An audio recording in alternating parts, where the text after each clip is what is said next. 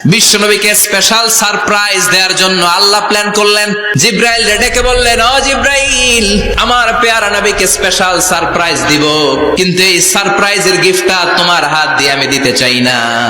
আমার পেয়ারা নবীকে দুনিয়া থেকে টান দিয়ে আমার আরশের উপরে নিয়ে আসো। টাইমের স্পিডকে আল্লাহ থামিয়ে দিলেন।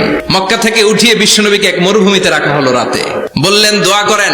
দোয়া করে বিশ্বনবী বললেন, ভাই জিব্রাইল, এটা কোন জায়গা, কোথায় দোয়া করব? সাইয়েদনা জিব্রাইল বলেন, নবী, কিছুদিন পরে এই জায়গায় আপনি হিজরত করে আসবেন। এই জায়গার নাম ইয়াসরিব, মদিনা। আবার সেখান থেকে তুলে এক পাহাড়ে রাখা হলো। নবী দোয়া করেন। দোয়া করে নবী বললেন, এটা কোন পাহাড়? অন্ধকার, আমি তো কিছু চিনি না। সাইয়েদনা জিব্রাইল বললেন, নবী, এটা সাধারণ পাহাড় নয়, এই পাহাড়ের কথা আল্লাহ কোরআনে বলেছেন, এই পাহাড়ের কসম আল্লাহ কোরআনে খেয়েছেন। এই পাহাড়টা হলো আপনার ভাই মুসার পাহাড়, তুর পাহাড়। সাহিবুল মেরাজ, যেই নবীর মেরাজ হয়েছে আর কোন নবীর হয় নাই।